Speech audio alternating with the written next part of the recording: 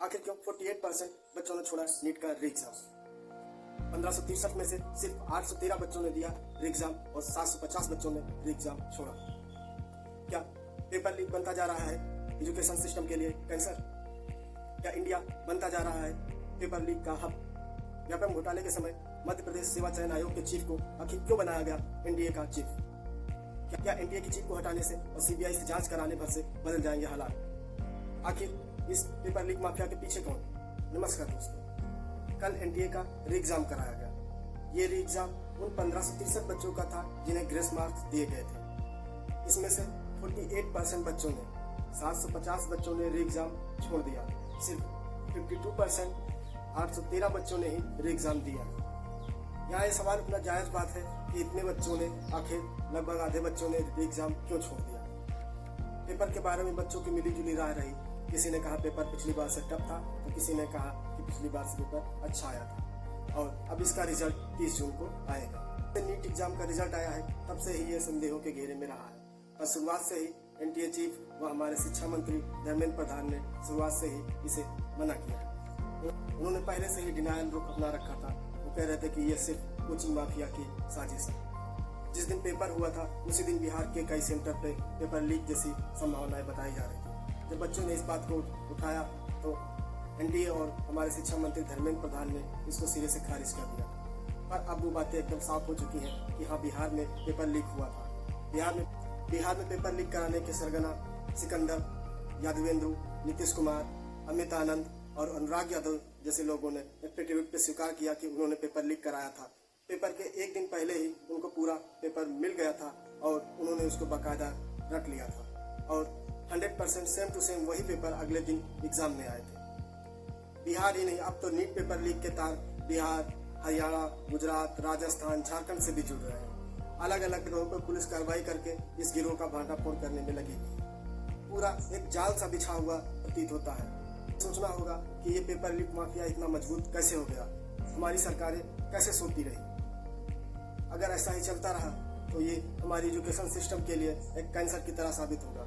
क्योंकि Indian express की एक रिपोर्ट के मुताबिक पिछले 5 सालों में हमारे देश में 43 पेपर लीक से 1.4 करोड़ स्टूडेंट प्रभावित हुए हैं। सोचिए, इतनी बड़ी संख्या में हमारे स्टूडेंट प्रभावित हो रहे हैं, उनका भविष्य दांव पे लगा हुआ है। नीट के एग्जाम में ही 24 लाख बच्चों का भविष्य अधर में अटका हुआ है। जिस युवा के दम पर हम विकसित भारत बनाने की परिकल्पना करते हैं, अगर वही उसी युवा का भविष्य सुरक्षित नहीं होगा तो हम कैसे विकसित भारत बना सकेंगे? ऐसा तो हो ही नहीं सकता कि हमारे देश में कोई घोटाला हो या पेपर लीक हो और उसके तार नेताओं से न जुड़े। अब नीट पेपर लीक के भी तार नेताओं से जुड़ने लगे हैं और आरोप प्रत्यारोप का दौर जारी है। पर इस आरोप प्रत्यारोप के दौर में बेरोजगारी, अशिक्षा और कम पढ़ती नौकरियों का मुद्दा है, वो कहीं होता जा रहा है। हमें सोचना होगा कि पिछले 10 सालों में हमारे देश में मजबूत सरकार रही और इस डिजिटल इंडिया के युग में अगर हम एक पेपर नहीं करा सकते हैं, अगर हमारी सरकारें इतना भी नहीं कर सकती हैं, तो वो देशवासियों के लिए क्या जवाब दें? आखिर उन्हें जवाब तो देना पड़ेगा। जनता तो सवाल करेगी, आज नहीं तो कल करेगी। सरकारों को बताना चाहिए, चाहे केंद्र सरकार हो या राज्य सरकारें हो, चाहे बीजेपी शासित राज्य सरकारें हो या कांग्रेस या किसी दूसरी पार्टी द्वारा शासित, उनको हर राज्य में पेपर लीक हुए हैं और सरकारों ने डिनायल मोड अपनाया है। एक्सप्रेस की रिपोर्ट के मुताबिक जो पेपर लीक होते हैं उसमें 40% पेपर ही रद्द किए जाते हैं। उसके बाद वो जो पेपर रद्द भी हो जाते हैं उनको री एग्जाम कराने में 2 साल से लेकर 3 साल तक का समय लग जाता है। ऐसे में हमारे युवाओं का भविष्य खराब होता है। इससे हमारे देश की ग्रोथ पे असर पड़ता है। किसी तरह से भर्ती पूरी हो जाती है पर सरकारें ये नहीं बताती हैं कि उसमें लीक के पीछे कौन था, किसे पकड़ा गया, किसे सजा दी गई। को मैं एक बहुचर्चित व्यापम घोटाले की बात बताता हूँ। आप सभी ने मध्य प्रदेश में व्यापम घोटाला सुना होगा।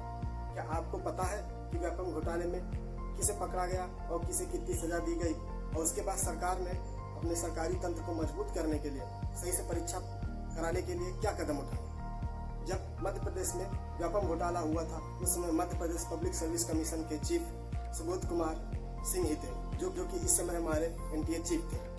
अभी कल ही उनको हटा के केंद्र सरकार ने सुरेंद्र सिंह करोला को नया एनटीए चीफ बना दिया है। जनता को सरकार से सवाल करना चाहिए कि जब उनके देखरेख में जब वो चीफ थे, इतना बड़ा व्यापम घोटाला हुआ था, आखिर उन्हें फिर क्यों एनटीए का चीफ बनाया गया? एनटीए चीफ बनाने के साथ साथ उन्हें यूपीएससी का भी चीफ बनाया गया था। हाँ, ये सवाल केंद्र सरकार से तो होना चाहिए।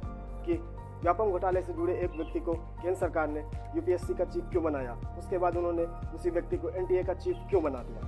इसी तरह पिछले 10 सालों में केंद्र सरकार ने तानाशाही रवैया अपनाते हुए अपनी मन मर्जी के अधिकारियों की नियुक्ति की। तो सरकार इतनी मजबूत थी, सरकारी तंत्र इतने मजबूत थे, आपकी पसंद के अधिकारी थे, आपके पास सीबीआई ईडी जैसी संस्था थी, तो ये पेपर लीक माफिया इतना मजबूत कैसे हो गया? क्या इसके पीछे कोई बड़ी साजिश है? नीट का पेपर लीक कराने के लिए एक एक स्टूडेंट से 30 लाख से लेकर 40 लाख तक रुपए लिए गए हैं। किसी आम आदमी या छोटे मोटे किसान मजदूर की तो हैसियत ही नहीं है कि वो 30-40 लाख रुपए कहाँ देगा। लोकसभा चुनाव में संविधान को खत्म करने के लिए कांग्रेस ने आवाज उठाई, उसके ऊपर बीजेपी ने अपना जवाब दिया। लेकिन संविधान को खत्म करने का मतलब यही है कि संविधान क्या देता है हमें? संविधान हमें बराबरी का अधिकार देता है। संविधान से ही हमें सरकारी नौकरी मिलती है, जिसमें किसी भी वर्ग का आदमी, मजदूर, अमीर, गरीब, SC, ST, OBC, जनरल, सब बराबरी से उसमें पार्टिसिपेट करेंगे और जिसके अंदर प्रतिभा होगी वो जॉब ले सकता है। जैसा सिस्टम बनता जा रहा है, जैसे पेपर लीक माफिया उभरता चला जा रहा है, ऐसे तो यही होगा कि जिसके पास पैसा होगा वो पेपर खरीद के IIT पास करेगा, MBBS पास करेगा, नीट क्वालिफाई करेगा, दूसरी नौकरी लेगा, और जो गरीब का लड़का होगा उसको सिस्टम में या सरकारी नौकरी में कहीं जगह ही नहीं होगी। छात्रों के आंदोलन के बीच और विपक्ष के बढ़ते दबाव के बीच केंद्र सरकार ने एनटीए चीफ को हटा दिया है। उनकी जगह प्रदीप सिंह करोला को नया एनटीए चीफ बनाया गया और साथ ही साथ नीट एग्जाम पेपर लीक की जांच को सीबीआई को सौंप दिया गया। पर सवाल ये उठता है कि इसमें कौन सी नई बड़ी बात है? जब भी कोई पेपर लीक होता है तो उसके चीफ को हटा दिया जाता है, उसकी जांच को पुलिस को या फिर सीबीआई को सौंप दी जाती है। उसके बाद क्या? कुछ बदलता तो है नहीं, सिस्टम वही है। एक पेपर लीक हुआ, वो लटका रहता है, 2-3 साल बाद किसी तरह वो भर्ती हो जाती है, उसके बाद फिर दूसरा पेपर होता है, फिर लीक होता है। ज़रूरत है सिस्टम को वेल प्रूफ बनाने की। जब तक सिस्टम नहीं सही होगा, पेपर ऐसे ही लीक होते रहेंगे। हमने 2047 तक विकसित भारत बनने का लक्ष्य रखा है। ऐसे ही पेपर लीक होते रहे, ऐसे ही युवाओं के भविष्य के साथ खिलवाड़ होता रहा तो क्या भारत विकसित देश बन पाएगा? बिल्कुल नहीं। इसीलिए हमें इन समस्याओं का समाधान ढूंढना ही होगा। भारत को आगे ले जाने की जिम्मेदारी इन युवाओं को ही उठानी है। अब अगर इन युवाओं का ही भविष्य अधर में लटका रहेगा तो ये युवा हमारे देश को आगे कैसे ले जा पाएंगे? इसी माँ बाप और परिवारजनों की भी जिम्मेदारी बनती है कि ऐसी मुश्किल परिस्थितियों में वो अपने बच्चों के साथ खड़े हों। बच्चे मेहनत करते हैं, पढ़ाई करते हैं, पर ऐसे पेपर लीक जैसी घटनाएं उनको अंदर से तोड़ देती हैं। आपको जान के आश्चर्य होगा कि NCRB के डाटा के मुताबिक 2023 में हमारे देश में 13,000 युवाओं ने सुसाइड कमिट किया है। सोचिए, जो दुनिया का सबसे युवा देश है, इस युवा का देश का दम प्रधानमंत्री से लेकर विपक्ष के नेता तक सभी भरते हैं। उस युवा देश में युवाओं का ये बुरा हाल है। और एक बात हमारे युवाओं को भी समझनी होगी कि हमारा हर युवा किसी क्रिकेटर का फैन है तो कोई किसी एक्टर का फैन है, कोई किसी नेता की फैन है तो कोई किसी बिलियनियर का फैन है, कोई किसी उद्योगपति का फैन है। पर आप खुद देखिए कि ऐसी मुश्किल परिस्थितियों में जब आपका पेपर लीक होता है या कोई दूसरी बात हो, कोई आपके साथ दूसरा अन्याय होता है, तो कितने एक्टर, क्रिकेटर या पॉलिटिशियन, कितने लोग आपके सपोर्ट में खड़े होते हैं। इसीलिए ज़रूरी है कि आप अपनी लड़ाई खुद लड़ें। किसी को फॉलो करना और उसके व्यक्तित्व के अच्छे गुणों को धारण करना अच्छी बात है, पर किसी की भक्ति करना और किसी का फैन होना सही नहीं है। पर किसी का फैन बनने से पहले आपको एक बार सोचना चाहिए, आपके रोल मॉडल कौन होने चाहिए ये आप खुद डिसाइड करिए। हमारे देश में ऐसे बहुत सारे सैनिक, सामाजिक कार्यकर्ता, वैज्ञानिक हैं जो हमारे रोल मॉडल होने चाहिए, ना कि ये पॉलिटिशियन, क्रिकेटर और एक्टर जो कि आवश्यकता पड़ने पर आपके लिए एक ट्वीट नहीं करते हैं, आपकी आवाज़ भी नहीं उठाते हैं। यहाँ पे मैं आपसे ये वादा करता हूँ, किसी भी परिस्थिति में मैं आपके साथ खड़ा रहूँगा, आपकी आवाज़ उठाऊँगा। इसीलिए आपसे मेरा निवेदन है कि इस वीडियो को ज़्यादा से ज़्यादा लाइक, शेयर करें और मेरे चैनल को सब्सक्राइब करें, जिससे आने वाले भविष्य में मैं आप लोगों की आवाज़ इसी तरह बुलंद होकर उठाता रहूँ। जय हिंद, जय भारत।